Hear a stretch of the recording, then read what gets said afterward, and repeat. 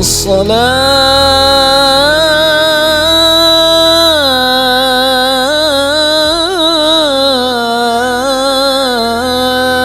خير من النوم.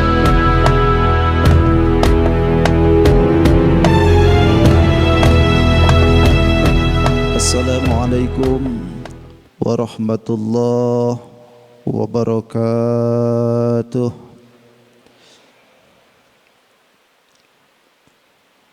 Bismillah, alhamdulillah, wassalatu wassalamu ala rasulillah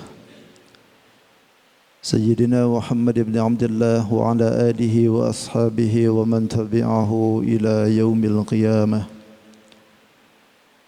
Allahumma salli wa sallim wa barik ala hadha an-nabiyil karim wa ala alihi wa ashabihi at-tahirin, amma ba'du. فقد قال الله تعالى في كتابه الكريم وهو أصدق القائلين: أعوذ بالله من الشيطان الرجيم بسم الله الرحمن الرحيم فلينظر الإنسان إلى طعامه أنا صببنا الماء صبا ثم شققنا الأرض شقا. الآية. صدق الله العظيم وصدق رسوله النبي الكريم ونحن على ذلك من الشاهدين والشاكرين والحمد لله رب العالمين. Hadratul mukarramin wal mukarramat, para sesepuh, wabil khusus para pengurus Masjid Al-Ma'ruf beserta jajaran yang ulun hormati, segenap para jamaah, Bapak Ibu, para pemuda yang sama-sama hadir pada subuh hari ini yang ulun hormati dan insyaallah Allah muliakan. Alhamdulillah, kita patut bersyukur kepada Allah Subhanahu wa taala bahwasanya subuh ini Allah berikan kesempatan kembali kepada kita untuk bisa melaksanakan salat subuh dengan berjamaah. Kemudian Allah berikan kesempatan kembali kepada kita untuk bisa duduk, bermuajahah, bertemu di majlis yang mulia ini. Yang mudah-mudahan Allah Subhanahu wa taala dengan sebabnya kita duduk di tempat yang mulia, bertemu di tempat yang mulia, dan kita pun nanti dikumpulkan kembali oleh Allah Subhanahu wa taala di tempat yang mulia, yaitu di surganya Allah Subhanahu wa taala. Yang kedua, salawat dan salam tidak hentinya semoga dibaruahkan kepada junjungan kita Sayyidul Mustafa wal Murtada, Nabi besar Muhammadin sallallahu alaihi wasallam. Tidak lupa pada keluarganya, para sahabat, tabi'at sampai kepada kita. Yang mudahan kita pun khususnya yang berkumpul di tempat ini nanti di yaumil qiyamah senantiasa diakui sebagai umatnya. Amin, amin, ya rabbal alamin. Hadirin wal hadirat rahimakumullah, alhamdulillah di subuh ini ulun bisa berkesempatan hadir kembali memenuhi undangan bersilaturahmi dengan jamaah Al-Ma'ruf. Setelah sekian lama kita berpisah. Sama kita berjumpa sekarang, alhamdulillah Allah kembali berikan kesempatan kita untuk bisa sholat di masjid ini.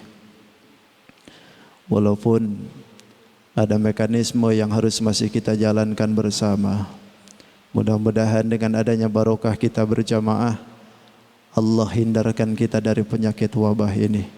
Allah jauhkan kita dari penyakit ini, dan mudah-mudahan Allah angkat penyakit corona dari negeri kita ini. Amin, amin ya rabbal alamin. Baik hadirin wal hadirat rahimakumullah, di dalam sebuah keterangan kita ini menginginkan daripada rahmat Allah Subhanahu wa taala. Ternyata rahmat Allah Subhanahu wa taala ini tidak bisa dilepaskan juga dari adab. Jadi antara adab dengan rahmat Allah ini saling berkaitan.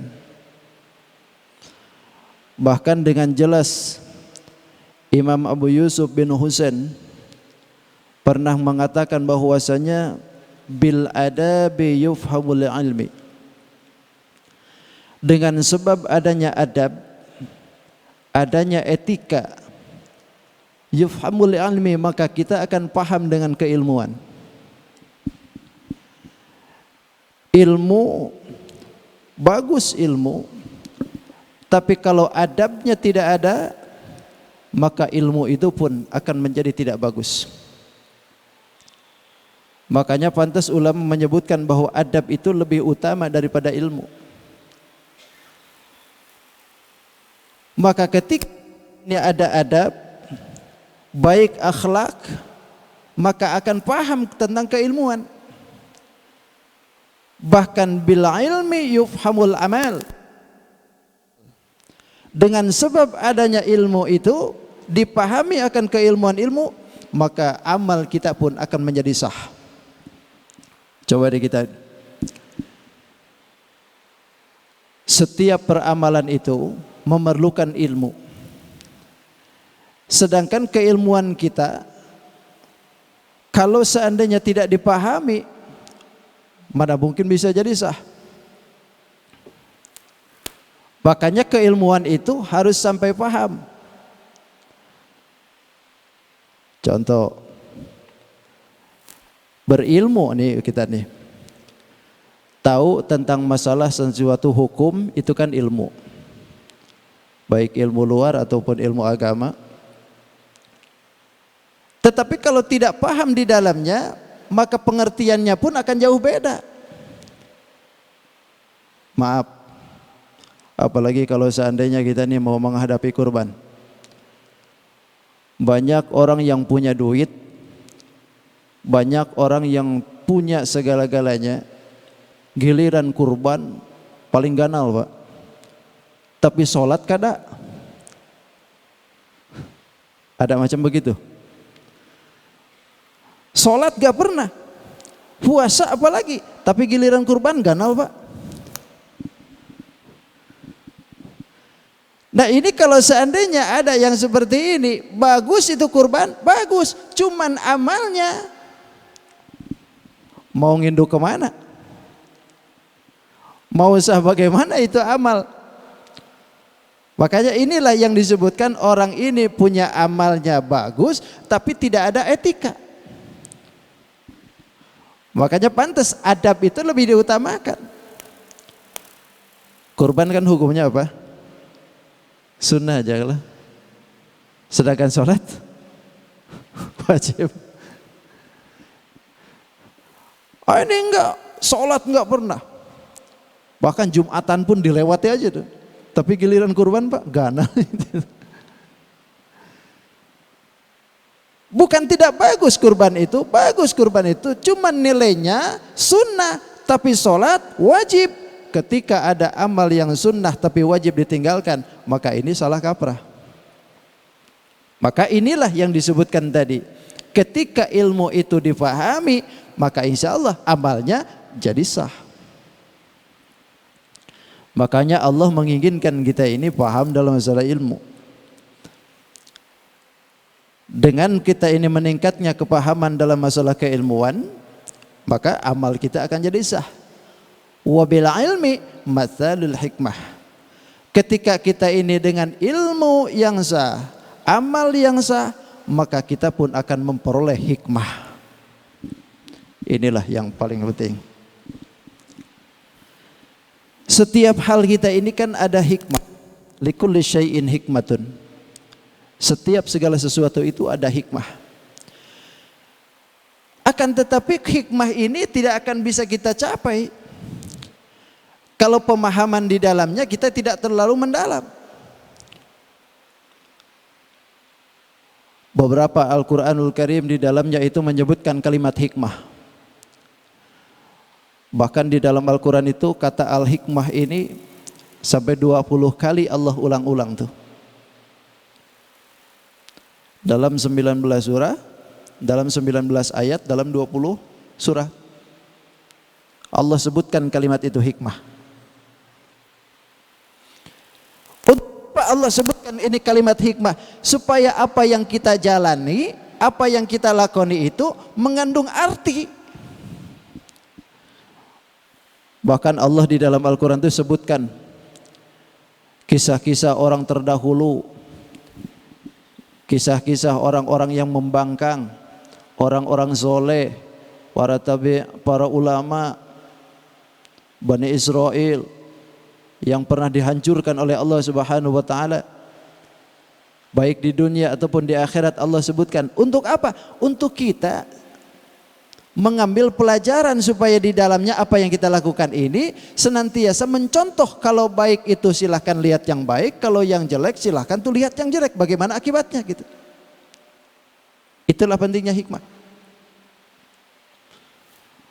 Bahkan coba lihat, Allah menginginkan kita ini berpikir. Kata Allah, Bismillahirrahmanirrahim, falyanzuril insanu ila ta'amih. Falyanzur, kata Allah, coba perhatikan deh, kita sebagai manusia itu insan. Falyanzuril insanu ila ta'amih, perhatikan makanan. Itu Allah menyuruh kepada kita, makanan saja suruh diperhatikan. Dari mana itu asal makanan itu? Diperhatiin kali kita. Anna sababnal ma'a sabba. Pertama kali Allah turunkan air hujannya dengan melimpah. Kita kan selama ini ketika Allah Subhanahu wa taala memberikan makanan, kita enggak berpikir tuh, dari mana ini makanan, bagaimana cara prosesnya, dari mana ini kita beli, asalnya dari mana, siapa yang tanam.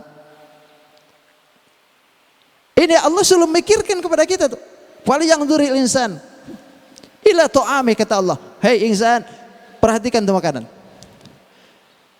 Anna sababnal ma'a sabba, pertama kali Allah sebutkan tuh, Allah turunkan air yang melimpah. Alhamdulillah, melimpah di kita ya. Saking melimpahnya di kita kan kebanjiran. Melimpah betul di kita. Setelah air itu turun, summa syaqaqnal arda syaqqa. Kemudian Allah belah buminya dengan sempurna. Di mana dibelahnya? Ketika bumi ini kan tidak tersirami dengan air hujan, kan tandus tuh. Keras bumi itu. Ketika dihujani oleh Allah, lalu bumi menyerap itu air, maka di dalamnya ada biji-bijian. Fa ambatsna fiha habba. Kami tumbuhkan dari dalam itu bumi habba, biji-bijian. Ditumbuhkan oleh Allah. Ketika itu biji tumbuh, kan membelah bumi itu, tanahnya dibelah. Itu kan semua yang kita makan pun dari situ kan. Ketika makanan itu sudah tumbuh, Allah jadikan itu makanan untuk kita. Tapi kita tidak berpikir bahwa itu makanan dari Allah. Bahkan banyak orang yang senantiasa makan tiap hari. Enak-enakan itu makanan tiap hari dia santap, tapi tidak ingat dengan Allah. Bahkan dia durhaka dengan Allah. Hasilnya dia makan pun dipakai maksiat ke Allah. Padahal Allah menyuruh makanan yang dia makan pikirin, kata Allah.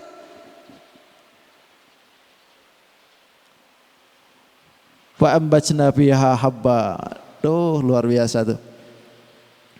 Bahkan bumi ini dihujani oleh Allah tuh air itu.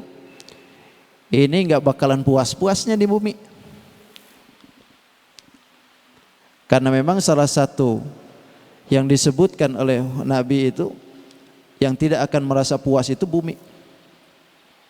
Kan ada 4 yang tidak akan puas itu. Pertama, bumi tidak akan puas, tidak akan kenyang dari air hujan. Berapapun itu air hujan turun, diserap oleh bumi, habis. Yang kedua, yang tidak akan merasa kenyang itu alim ulama. Ulama tidak akan kenyang dengan ilmu. Sebanyak apapun itu ulama keilmuannya, kalau kita tanya pasti saya nggak tahu apa-apa. Terus saja gitu.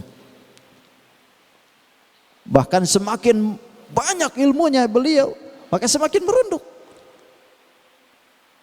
Pokoknya nyebutnya tidak tahu apa-apa.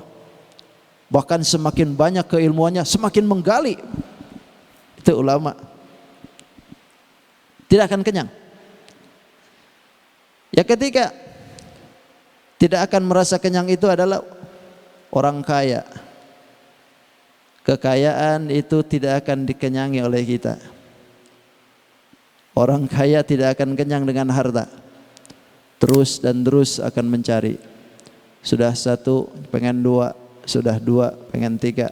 Sudah tiga, pengen empat. Terus saja begitu. Sampai kapan? Sampai di mulutnya ditutup dengan tanah. Baru kenyang. Orang kaya yang tidak ingat dengan apa yang diberikan oleh Allah Subhanahu wa taala tidak akan kenyang dengan kekayaannya kecuali di mulutnya disumpal dengan tanah. Mati maksudnya. Sudah mati baru selesai. Kemudian yang keempat, mohon maaf, yang keempat tidak akan kenyang itu adalah perempuan. Tidak akan kenyang dari laki-laki. Kok bisa? Ya coba lihat aja. Yang menjajalkan diri itu siapa? Kebanyakan laki apa perempuan? Perempuan kan? Tidak akan kenyang. Nah ini bumi pun juga begitu. Tidak akan kenyang dengan apa yang diberikan oleh Allah. Hujan sebanyak apapun. Hujan selama apapun. Berapa hari sekalipun itu hujan turun. Gak bakalan kenyang ini bumi diserap. Setelah ini bumi ini menyerap air, lalu Allah tumbuhkan tuh. Fa'ambatna fiha habba wa 'inaba wa qadba. Bahkan Allah tumbuhkan inab. Diberikan kita anggur, luar biasa tuh. Wa zaitun, wa nakhla, buah zaitun, buah kurma, semua akan diberikan oleh Allah Subhanahu wa taala. Tapi ketika kita ini mau makan itu semua yang disebutkan Allah, tidak ingat sedikit pun dengan Allah. Makanya pantas yang paling banyak kufur itu adalah kufur nikmat. Kufur nikmatnya paling banyak.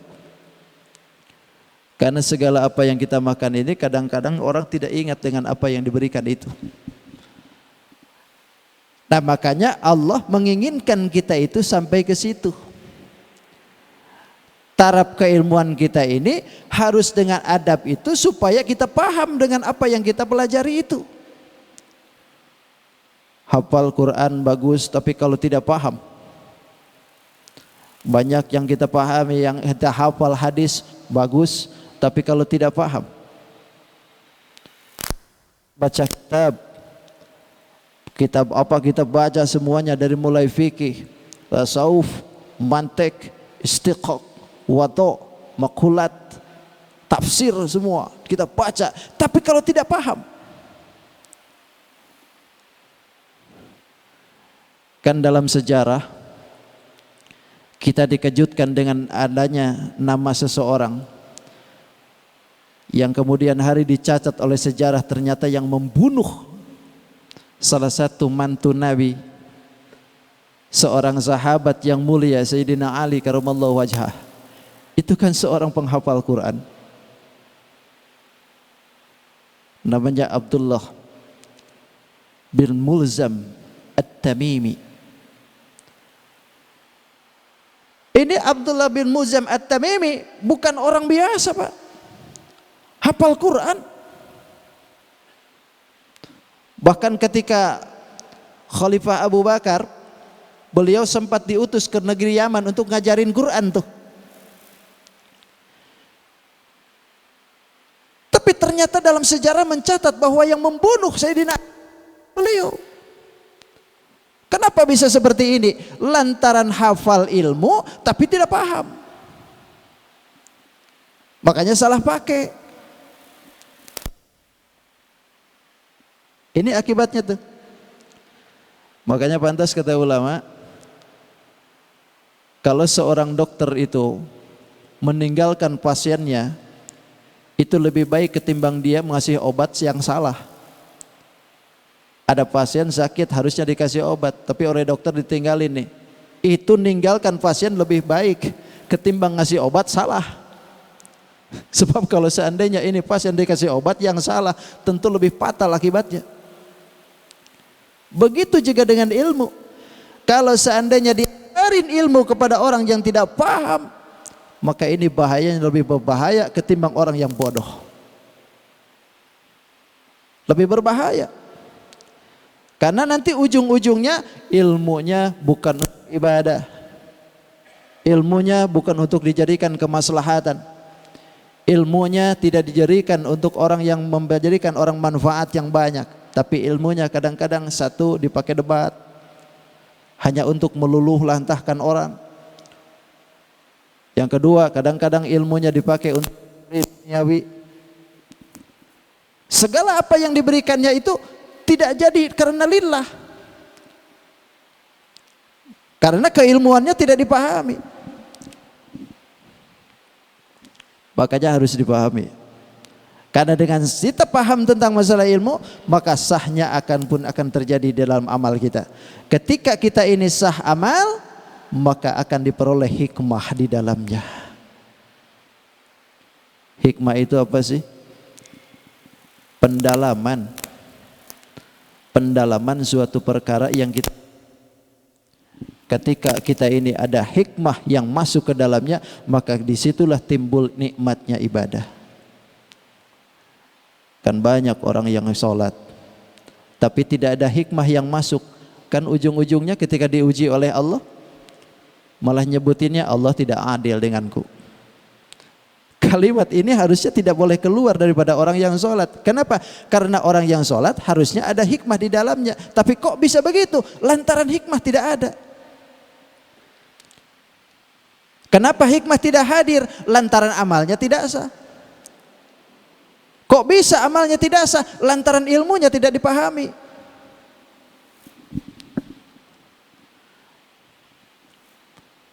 Itu kita nyebutin tiap hari itu. Ghairil maghdubi alaihim waladhdallin siratal ladzina an'amta alaihim, kan begitu? Jalannya orang-orang yang diberikan nikmat kepada mereka, bukan jalan orang-orang yang diberikan sesat dan juga dibenci oleh Allah. Kalimat nikmat yang diberikan oleh Allah Subhanahu wa taala, kan ini kalau seandainya kita pahami, kalau secara satu persatu itu nikmat diberikan, kita ini hitung nggak bakalan bisa kehitung. Sebagaimana Allah sebutkan, wa in ta'uddu ni'matallahi la tuhsuha. Kalau kita hitung nikmat dari Allah satu persatu, la tuhsuha, tidak akan bisa kita hitung. Tapi kata ulama, kalau seandainya kita menghitung secara global, maka bisa. Mana? Dua saja nikmat Allah. Pertama ada nikmat dunia, yang kedua ada nikmat akhirat. An'amta itu kalimat itu. Nikmat dunia yang mana? Ada dua. Ada nikmat wahbi, ada nikmat kasbi. Ini nikmatnya. Pertama ada nikmat wahbi. Nikmat wahbi itu apa? Nikmat pemberian dari Allah Subhanahu wa taala. Ketika Allah berikan kita nikmat, maka berarti kita ini diamanahi oleh Allah untuk menjaga itu nikmat. Kita diberikan hidup, ditiupkan ruh. Itu nikmat pemberian tuh. Apa pernah kita berdoa minta ruh? Enggak kan? Atau nikmat jasadiyah, jasad kita diberikan oleh Allah Subhanahu wa taala seperti ini, ya jaga kata Allah. Itu pemberian dari Allah. Rupanya seperti itu, kulitnya warnanya seperti itu, ya udah terima. Itu nikmat dari Allah. Makanya ketika orang ini paham dalam masalah pemberian tapi tidak paham tentang keilmuan, maka pasti ujung-ujungnya itu nikmat jadi dirusak. Tidak sedikit orang datang dari Allah bersih tubuhnya, tapi balik ke Allah banyak coretan. Sebelah kanan kalajengking, sebelah kiri Scorpio, di dada gambar harimau. Luar biasa tuh. Kalau lagi muda begini, lihatnya enak, bagus lihatnya tuh. Tapi kalau sudah tua-tua 70 tahun, yang tadinya ular kobra kan jadi orai sawah kelihatannya. Gak bakalan lagi ada siupnya. Ini kan dirusak. Pemberian dari Allah yang harusnya kita jaga tapi dirusak. Tahu ini pemberian tapi tidak paham.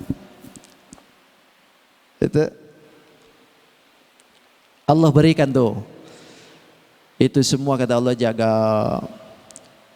Ibu-ibu diberikan rupanya seperti itu. Alisnya seperti itu. Jaga kata Allah, jangan dikerok. Ini kan enggak. Kasih alis seperti itu dikerok. Hidung mancung ke belakang, dimancungin ke depan. Ya sudah, terima nasib aja begitu. Nikmati apa yang diberikan Allah itu nikmat pemberian.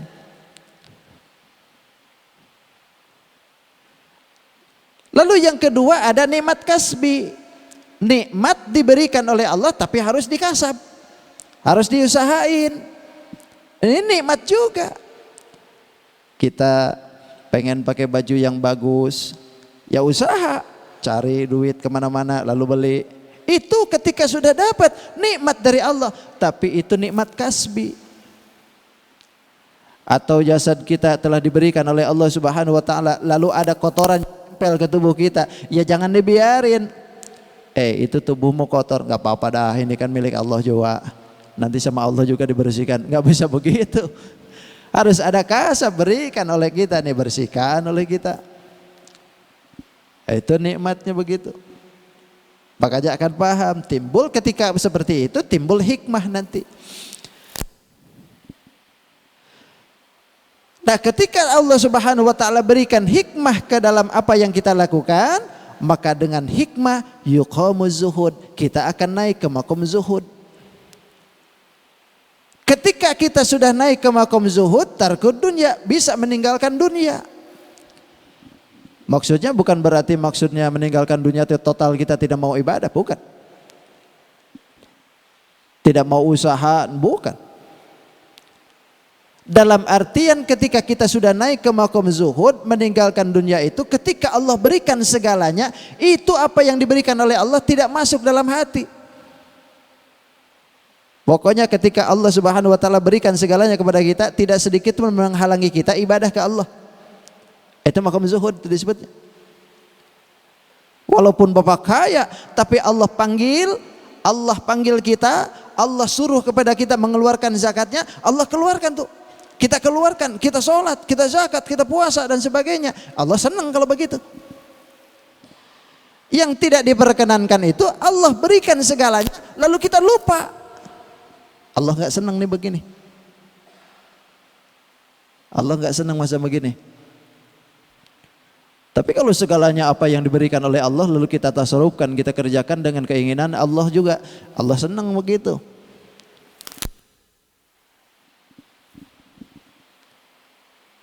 Jadi kalimat zuhud itu bukan hanya kaya lalu kemudian tidak bisa meninggalkan dunianya, lalu tidak zuhud, hubud dunya, bukan begitu. Jadi hubud dunya itu bisa dilihat daripada apa yang diberikan oleh Allah itu bisa ditasarufkan dengan keinginan Allah atau tidak. Itu kalimat zuhud. Tapi walaupun misalkan orang ini kere, maaf misalkan tidak punya apa-apa, lalu ketika Allah panggil dia, Allah suruh bangun dia untuk melaksanakan ibadah, tapi tidak mau ibadah, berarti hubud dunya juga tuh. Walaupun fakir, tidur di alas tikar. Pokoknya kalau sudah tidur di alas tikar, wah nyenyaknya luar biasa. Allah panggil sholat subuh, nggak mau bangun juga, berarti hubud dunya tuh, cinta dengan tikar tuh. Padahal baru dengan tikar aja tuh. Apalagi kalau dengan spring bed berarti. Baru dengan tikar aja nggak mau bangun, Allah panggil sholat subuh. Apalagi pakai spring bed yang harga 30 jutaan ke sana. Nggak bangun lagi kayaknya tuh. Mati juga. Jadi letaknya hubud dunya itu bukan di situ. Tapi ketika Allah berikan segalanya kepada kita, kita nikmati, kita syukuri. Allah panggil kita ibadah, berangkat. Itu orang nggak hubud dunya macam begitu. Makanya disebutkan zuhud dengan meninggalkan tarkud dunia itu ketika apa yang diberikan oleh Allah dia tasarrufkan untuk keinginan Allah. Dia pakai untuk keinginan Allah, dia berjuang untuk keinginan Allah. Nah, ketika kita sudah bisa meninggalkan hal seperti itu, nanti yarghabu fil akhirah. Kita senang dengan urusan akhirat. Kalau sudah senang dengan urusan akhirat, tanalur rahmatillah, maka akan mendapatkan rahmat Allah. Nah, inilah proses dengan adab dan rahmat Allah tadi. Makanya antara adab dengan rahmat Allah ini tidak bisa dipisahkan. Pengen dapat rahmat Allah, adabnya harus ada. Sebab kalau seandainya kita ini tidak ada adab di dalamnya, maka tidak mungkin akan mendapatkan rahmat Allah. Makanya adab ini harus lebih diutamakan. Kadang-kadang maaf, yasinan bagus, tapi kalau adab tidak ada, begitu habis yasinan, innama amruhu idza arada syai'an yaqulu lahu kun fayakun. Subhanallah, begitu beres subhanallah wa bihamdi wa subhanallah wa bihamdi subhanallah wa bihamdi. Begitu sudah sadaqallahul azim, ini Qur'annya ditaruh.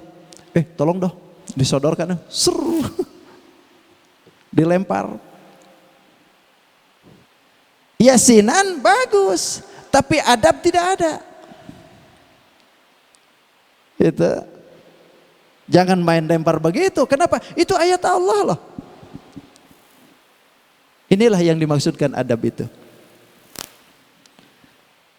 Kita rajin ibadah, tapi adab tidak ada. Ya nggak bisa bagus. Makanya adab ini lebih diutamakan. Pakai adab dan etika untuk kita di dalam masalah dengan ibadahkah atau di luar ibadahkah, maka adab itu harus diutamakan. Karena bagian daripada orang yang memperoleh ilmu yang manfaat, akan memperoleh hikmah, akan memperoleh kebijaksanaan. Maka dalam ucapan, tindakan, dan segala perilakunya pun akan mencerminkan orang-orang yang berilmu kalau di dalamnya ada adab. Itu.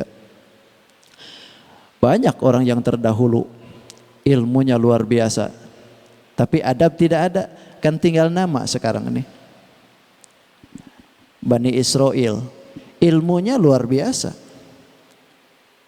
Kaum Ad ilmunya bagus. Kaum Samud ilmunya hebat, tapi dihancurkan oleh Allah. Kenapa? Lantaran tidak punya adab. Tidak ada etika di dalamnya. Maka ketika tidak ada adab, walaupun ilmunya ada, tidak timbul hikmah dalam dirinya. Makanya kalau ulama itu kadang-kadang yang diambil itu adalah hikmah dari segala sesuatu itu. Salah satu ulama kenamaan Abu Yazid Al-Bustami yang diberikan oleh Allah banyak karomah. Suatu malam habis ibadah jalan-jalan keluar. Ulama dulu itu kadang-kadang perlakuannya itu seperti itu ya. Habis ibadah malam itu suka keluar gitu, bertafakur, kadang-kadang keliling kampung gitu. Begitu jalan-jalan, dari depan ada anjing, main seruduk aja tuh anjing tuh.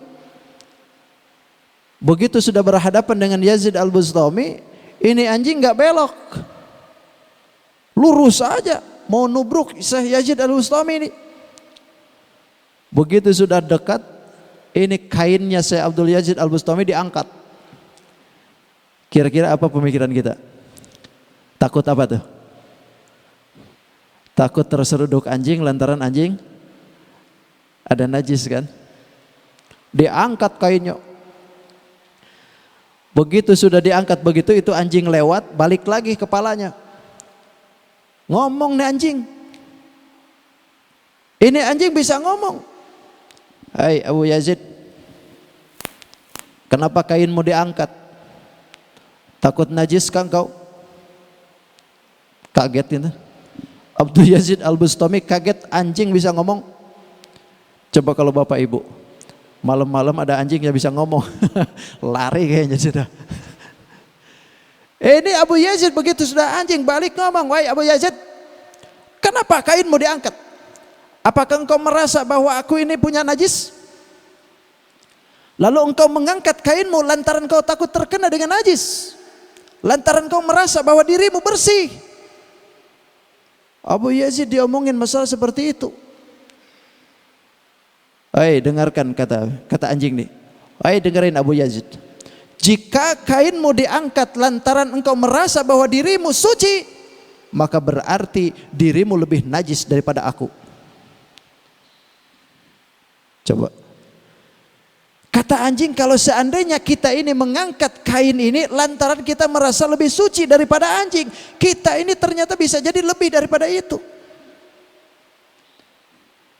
Kenapa? Lantaran kata anjing, aku ini memang najis mughaladzah, tapi senajis-najisnya aku masih bisa dicuci walaupun pakai tanah sebagian, tapi masih bisa suci. Tapi kalau seandainya engkau merasa lebih suci daripada aku, berarti najismu sulit untuk dicuci. Mendengar perkataan seperti ini, Abu Yazid Al-Bustami nangis, Pak. Nangis dalam hatinya. Kenapa? Lantaran dia merasa bahwa apa yang terjadi ini memberikan hikmah yang luar biasa. Anjing nih. Coba. Anjing memang najis mughaladzah, Pak. Tapi semughaladzah-nghaladzahnya anjing, najisnya masih bisa dicuci. Tapi kalau hati kita kotor, mau pakai cuci apa kita? Istighfar Pak Ustadz? Iya istighfar. Tapi kalau hatinya kotor, istighfar. Gunjing orang tetap aja gunjing orang itu. Istighfar iya, maling iya. Istighfar jalan, judi jalan. Kan ini masalahnya begini. Kenapa bisa terjadi? Lantaran ilmunya tidak dipahami, istighfarnya tidak dipahami. Yang pada akibatnya istighfar tidak dipahami, amalnya istighfar itu pun tidak jadi sah. Ketika amalnya tidak jadi sah, tidak ada timbul hikmah dalam dirinya. Istighfar, dosa terus begitu. Gitu. Harusnya kan ketika ada orang yang beristighfar, dosanya diluluh lantakan oleh Allah. Tapi kenapa masih mencokol? Sebab kita ini istighfarnya cuma omong tok. Hanya dimuntung doang istighfar, astagfirullah. Inilah yang dimaksudkan tadi. Makanya dengan sebab adab kita akan menjadikan ilmu kita jadi paham. Istighfar bagus, adabnya harus ada. Ketika adab itu ada, maka berarti ilmu jadi pahami. Dia tahu bahwa kelakuan dosa itu salah, yang menjadikan itu kesalahan lantaran ada istighfar. Baca istighfar, tapi ternyata ketika sudah dibaca istighfar, kelakuannya tidak dirubah. Berarti cuman tahu masalah ilmu tapi tidak paham. Gitu. Orang punya jabatan bagus, tapi ketika dia itu tahu jabatannya itu tidak digunakan keinginan Allah, berarti tahu bahwa jabatan bagus tapi tidak paham dalam masalah bagus. Tidak paham yang diberikan oleh Allah. Itu. Makanya rantaian kita ini daripada orang yang punya adab bisa mendapatkan rahmat lantaran di urutannya perjalanannya ada adab. Itu. Alhamdulillah. Sampai jam berapa nih ngaji? Hah? Sampai isrok. Udah cukup aja ya? Jadi yang terpenting adalah adabiyah ya. Adab. Ketika kita mau sholat pakai adab. Walaupun memang kita sholat pakai celana segini aja, misalkan masih di bawah lutut, ya sah-sah saja. Walaupun memang kita sholat pakai kaos oblong pun sah-sah saja. Kalau menurut hukum fikih asal bersih. Tapi adabnya tidak ada. Itu. Maaf. Khotib itu bukan berarti tidak boleh pakai celana. Gak apa-apa kalau memang gak ada yang lain gitu. Tapi adabnya Tidak ada. Itu maksudnya. Jadi adabiah inilah yang perlu diutamakan oleh kita. Sebab kalau seandainya tidak ada adab, maka apalah artinya sebuah ilmu. Iblis pinter, tapi adab tidak ada, maka Allah lemparkan dia. Setan juga begitu, tapi adab tidak ada, maka semua itu pun tidak ada artinya di hadapan Allah. Makanya yang beriman kepada Allah itu bukan hanya berilman, tapi juga berilmu. Yarfa'illahu alladhina amanu minkum walladhina utul ilma darajat. Bukan hanya utul ilma yang dia miliki, tapi amanu, iman juga dengan Allah Subhanahu wa taala. Di mana letaknya? Yang ada adabnya, gitu. Yang ada adabnya. Makanya disinilah letaknya antara pemahaman ilmu yang akan menjadikan nilai rahmat dari Allah bisa turun lantaran ilmu kalau sudah dipahami amalnya jadi sah. Kalau ilmu amalnya sudah jadi sah, maka akan timbul hikmah dalam hatinya. Ketika ada timbul hikmah dalam hatinya, maka kita akan masuk ke dalam makom zuhud. Ketika sudah makom ke zuhud itu kita dapat, maka dunia tidak akan jadi tolak ukuran dalam segala hal. Ketika dunia itu sudah kita sisihkan, maka berarti senang dengan urusan akhirat. Nah, ketika senang dengan urusan akhirat inilah Allah berikan curahan rahmat dengan kita. Mudah-mudahan Allah Subhanahu wa taala memberikan kita adabiah, membimbing kita dalam keilmuan, memberikan kepahaman dan memberikan ilmu yang luas bagi kita sehingga Allah berikan pemahaman dan mudah-mudahan Allah berikan hikmah dalam segala hal dan mudah-mudahan Allah turunkan rahmat bagi kita dan mudah-mudahan Allah berikan husnul khatimah. Demikian kiranya yang Ulad dapat sampaikan pada kesempatan subuh hari ini. Mudah-mudahan Allah Subhanahu wa taala memanjangkan umur kita, memberikan kesehatan lahir batin sehingga kita bisa bertemu di hari-hari yang akan datang. Demikian kiranya, mohon maaf kehilapan dan kekurangan. Hadanallah wa iyyakum ajma'in. Khudh ma safa wa dama qadar. Assalamualaikum warahmatullahi wabarakatuh.